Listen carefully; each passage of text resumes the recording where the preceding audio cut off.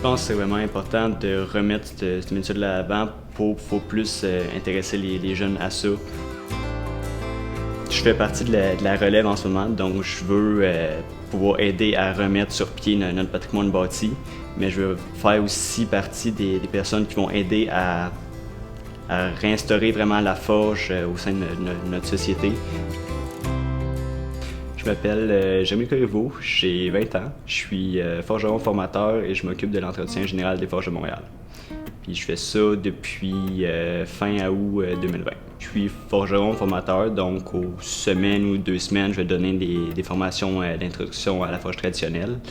Le reste du temps, je peux prendre des contrats qu'on peut avoir, autant de la forge que des contrats tuteurs que je peux prendre.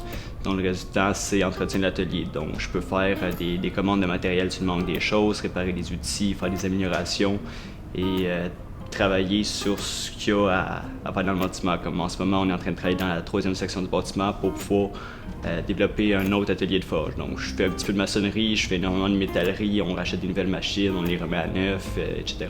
J'ai découvert la forge traditionnelle en essayant de trouver ce que je voulais faire de ma vie. Parce que je pense que comme la plupart du monde, au secondaire, j'avais absolument aucune idée quoi faire. Donc, je suis sorti de là, je suis juste rentré à temps plein au traiteur où est-ce que je travaillais à ce moment-là. Puis pas longtemps après, j'ai décidé de commencer à faire des recherches sur c'est quoi la forge. Et en faisant mes recherches, je me suis rendu compte que ça existe encore, il y a des formations qui se donnent puis que c'est possible d'en vivre. Fait que j'ai décidé d'essayer ça. Fait qu'en janvier 2018, j'ai pris une formation d'introduction à la forge traditionnelle aux Forges de Montréal. Et j'ai trippé bien raide. Fait que j'ai décidé que c'est ça que j'avais besoin, que c'est ça que je voulais faire.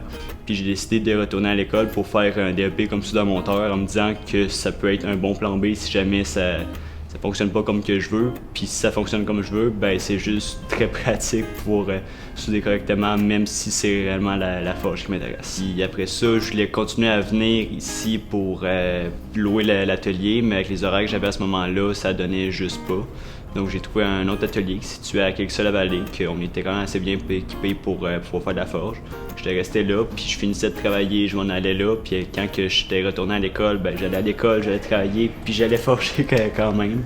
De novembre de 2019, ça a donné qu'il y avait un gros rush pour pouvoir finir le musée qu'il y a dans la première section du bâtiment. Et on m'avait contacté, vu que je connaissais déjà un petit peu tout le monde ici. Fait que j'étais venu faire ça, vu que c'était rentré un petit peu dans le cadre de ma formation, c'est ça que j'étais en train de faire. Après ça, j'étais sur le bord de finir mon DEP. J'ai demandé s'il y avait quelque chose pour moi par après ici. Puis on m'a répondu que oui, qu'il y aurait de la place pour moi à temps plein. Fait que j'ai décidé de venir ici. Comme forgeron, c'est une belle opportunité pour moi de pouvoir côtoyer des forgerons pas mal plus expérimentés que moi, comme Ivan et Mathieu. Mais aussi juste pour pouvoir intégrer cette équipe-là qui est juste c'est vraiment plaisant d'être avec cette équipe-là, qu'on est comme une petite famille, qu'on s'entend tous super bien ensemble. Ça va être autant un marteau que je vais me servir pour forger que pour faire du redressage à froid. Puis la particularité qu'il y a pour lui, c'est vraiment un marteau de forge, c'est que c'est ce qui s'appelle un rounding hammer.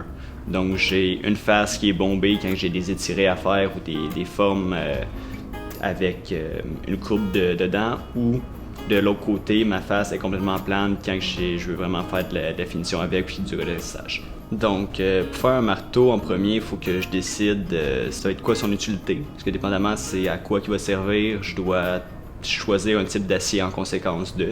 Donc moi j'ai décidé de prendre du 4340, qui est un acier très bon pour pouvoir faire des marteaux autant pour du travail à froid que du travail à chaud. Donc une fois que l'acier est choisi, après ça c'est de savoir c'est quoi le poids que je veux pour mon marteau. Puis j'ai aussi un petit calcul à faire aussi, parce que quand on forge, on a de la perte au feu, dépendamment c'est quoi mon expérience puis les étapes que j'ai à faire, je peux avoir entre 10 à 50% de perte au feu. Donc moi je sais que pour le type de marteau que je vais faire, j'ai 13% de perte au feu. Fait que si je veux un marteau de 2 livres, je me rajoute un 13%, donc je vais arriver à 2,26. Une fois que ça c'est fait, je vais le forger aux dimensions que j'ai besoin. Je commence à faire mon marquage pour pouvoir avoir le trou pour l'œillet pour pouvoir mettre le manche. Au début, je passe avec ce qui s'appelle une langue de chat pour pouvoir écarter la matière le plus possible. Puis une fois que ma langue de chat, j'ai passé bord en bord du marteau, je passe un mandrin pour pouvoir ramener à la grosseur finale le trou. Puis une fois que ça va être fait, je vais avoir un renflement qui va se former de chaque côté de mon marteau et je vais l'étirer pour pouvoir avoir un renflement sur l'autre sens, dans le sens du manche en fait. Une fois que ça c'est fait, je vais commencer à faire le dégorgement pour les petites encaveuses, si on veut, qu'il y a entre l'œillet et les faces de mon marteau. Une fois que c'est fini, j'ai une normalisation à faire qui consiste à juste réchauffer ma pièce à une certaine température et la laisser refroidir pour enlever tous les stress induits par la forge. Donc, pour ce qui est du sablage, moi je vais faire ça sur une sableuse électrique parce que c'est simplement ça qui est le plus vite. Mais c'est sûr que si j'aurais fait ça traditionnellement, ça a été un petit peu différent. J'aurais pu faire des retouches à la lime ou avec une pierre, avec une pédale pour pouvoir l'actionner. J'ai un petit peu de nettoyage à froid, juste ressabler un petit peu les faces pour les retoucher un petit peu, puis je peux toucher au reste du corps s'il y a des affaires qui accrochent mon œil. Une fois que ça c'est fait, je vais être prêt à pouvoir le tremper.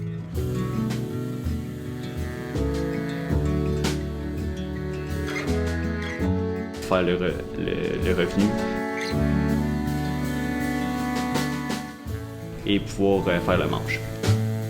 Pour faire le manche, moi j'ai décidé de le faire en carrier, qui est un bois vraiment très bon pour ça. Ça peut être du frêne aussi.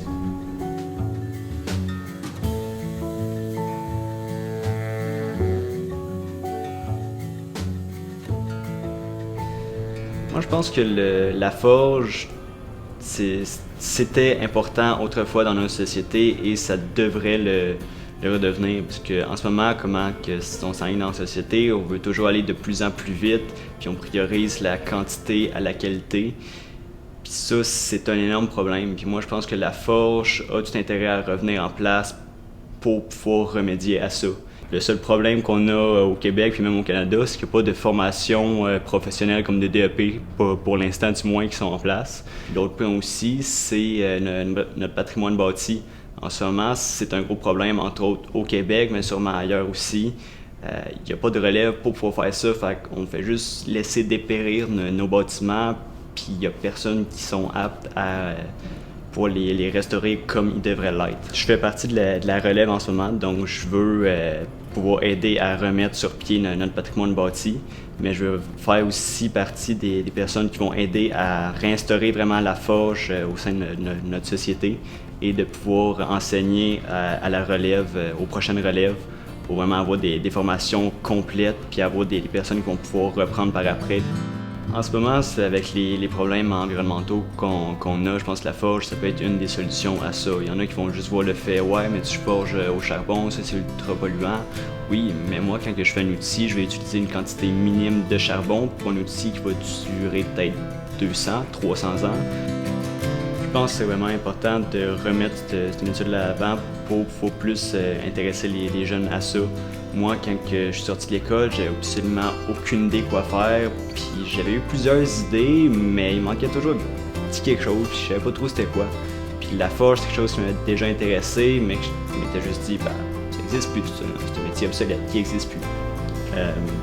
Donc, je pense qu'on devrait vraiment remettre ça de l'avant pour pouvoir renseigner ça aux jeunes, puis vraiment avoir des formations complètes pour ça.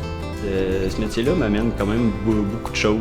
Pour moi, quand je fais ça, je pense absolument à rien, je fais juste faire ça, c'est le moment présent qui compte, je pense absolument à rien, je suis juste pas dérangeable. Il y en a qui font du yoga, de la méditation, ben moi je fais de la forge, c'est ça ma méditation au quotidien.